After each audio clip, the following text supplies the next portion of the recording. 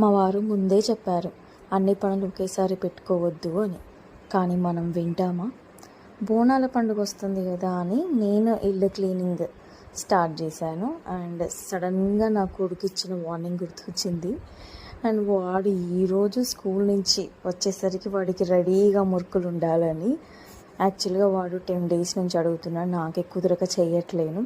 అలా 2 పనులు ఒకేసారి అయ్యేసరికి క్లీనింగ్ అండ్ మురుకులు రెండు ఒకేసారి అయ్యేసరికి నా పని అయిపోయింది.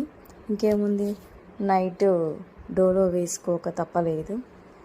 ఫుల్గా బాడీ పెయిన్స్, అందుకనే అప్పుడప్పుడు చెప్పింది వినాలని అంటారు. నిజంగా ఒక్కోసారి అనిపిస్తుంది నేను అనవసరంగా నేర్చుకున్న ఈ మురుకులు చేయడము అని. నాకు ఒకప్పుడు అస్సలు రాకపోతున్నాయి మురుకులు. నిజంగా రానున్న పని రాజా పని అని ఒక సామెత ఉండే చూడండి. రాదు అన్నప్పుడు నా కొడుకులు నా జోలికి కూడా రాకపోతుండే. నేను ఎప్పుడైతే ఈ పిండి వంటలు నేర్చుకున్నానో అప్పటి నుంచి 15-20 daysకి ఒకసారి మురుకులు కారం అప్పలు ఇదే.